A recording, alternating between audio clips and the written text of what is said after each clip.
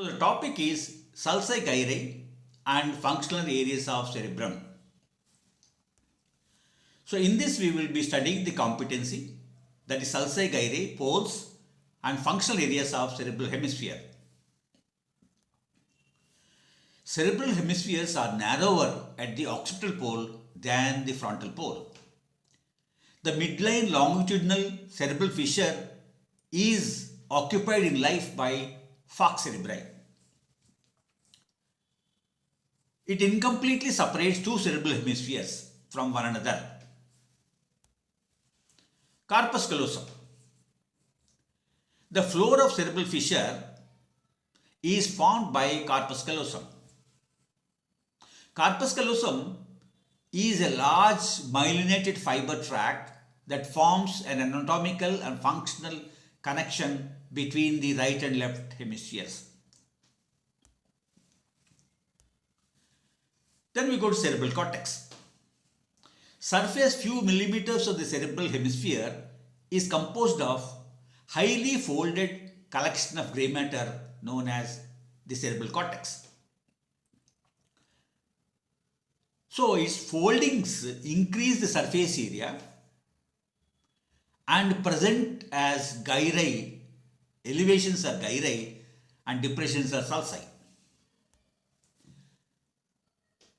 Interior of the cerebrum, deep to the cortex, is the core of white matter. It forms the bulk of cerebrum. Buried within the mass of white matter are collection of neuron cell bodies called as basal ganglia. Large collections of grey matter are also present in diencephalon, which include epithalamus, thalamus, hypothalamus and subthalamus.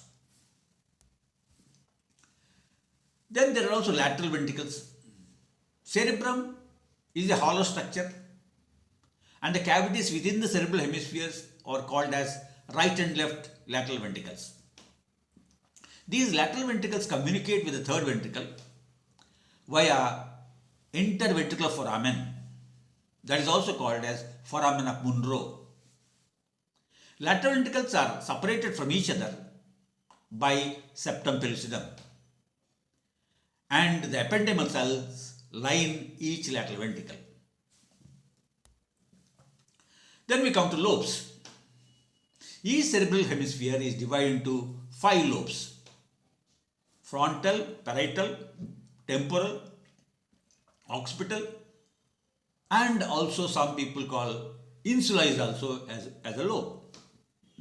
Additionally, limbic system is also considered to be a region of cerebral hemisphere, and some consider it to be the 6th lobe or limbic lobe.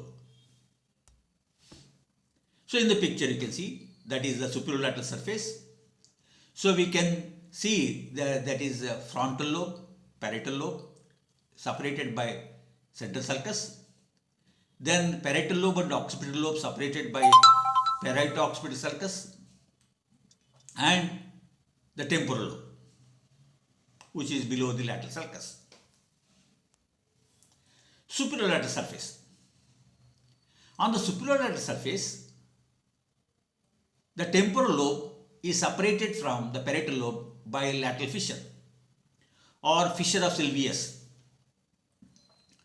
The floor of the lateral fissure is formed by the insula. Sulci. So you can see in the picture that is central sulcus. There is also called as central sulcus of Rolando, separates the frontal lobe from the parietal lobe. Division between the parietal and occipital lobes is by the imaginary line between pre-occipital notch, which is on the inferior surface, and Parieto-occipital sulcus. That is where the imaginary line is drawn.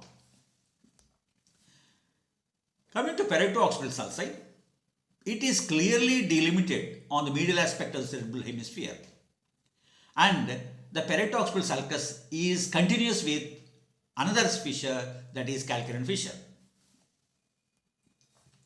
Frontal lobe. Frontal lobe extends from frontal pole to the central sulcus. Its most posterior gyrus or its posterior most gyrus, the presental gyrus, which is shown by arrow, consists of the primary motor area, area number 4. It is bordered anteriorly by precentral sulcus and posteriorly by the central sulcus, as you can see in the picture. The region of the frontal lobe located anterior to precentral sulcus is subdivided into superior, middle and inferior frontal gyri, as you can see in the picture. Broca's area. Inferior frontal gyrus is demarcated by extension of the lateral fissure into 3 subregions, that is pars triangularis, pars opercularis and pars orbitalis, as you can see in the picture.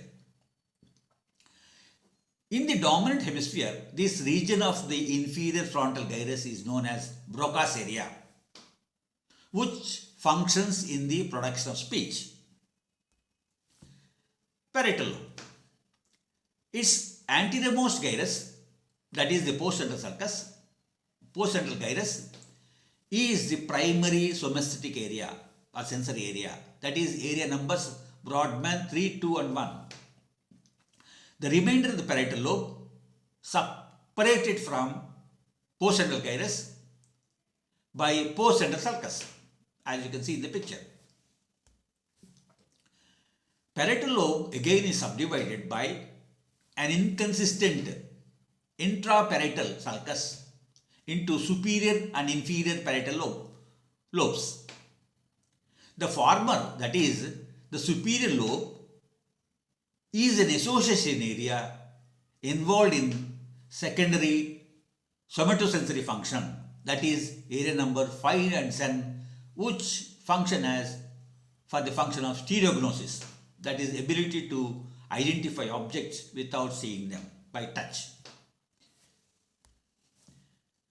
Whereas in the inferior part or inferior parietal lobe, that is separated into supramarginal gyrus, as shown in the picture, that integrates auditory, visual and also somatosensory information, and also angular gyrus, which receives visual input. Temporal lobe. So the superior temporal gyrus of the dominant hemisphere contains Wernicke's area, which is responsible for the individual's ability to speak and understand the spoken and written word. Hidden within the lateral fissure is the superior aspect of the obliquely running transverse temporal gyri, also called as Haskell's, which is responsible for auditory function. So it is primary auditory cortex. Occipital lobe. On its medial aspect, that is on the medial aspect of the brain, the occipital lobe is subdivided into superiorly located cuneate gyrus or cuneus and inferiorly positioned lingual gyrus, separated from each other by the calcarean fissure. The cortical tissue on each bank of this fissure is known collectively as striate cortex or calcarean cortex, and it forms the primary visual cortex, that is area number 17. Insula. In order to view the insula, the frontal, temporal and parietal opercula have to be pulled apart, since this lobe is submerged within and forms the floor of the lateral sulcus. And insula is completely circumscribed by the circular sulcus. Lateral surface of insula is again subdivided into several short and long gyri, most prominent of which is located posteriorly. Insula is believed to be associated with taste, perhaps, and other visceral functions. Brodmann's classification of cerebral cortex. The best accepted system of functional regionalization of the cerebral cortex was developed by neuroanatomist Brodmann, who in the 19th century and early 20th century mapped the cortex for 47 unique areas. Although later investigator refined and expanded his map into more than 200 areas and assigned functional characteristics to them, Brodmann's original classification is still widely used. Thank you.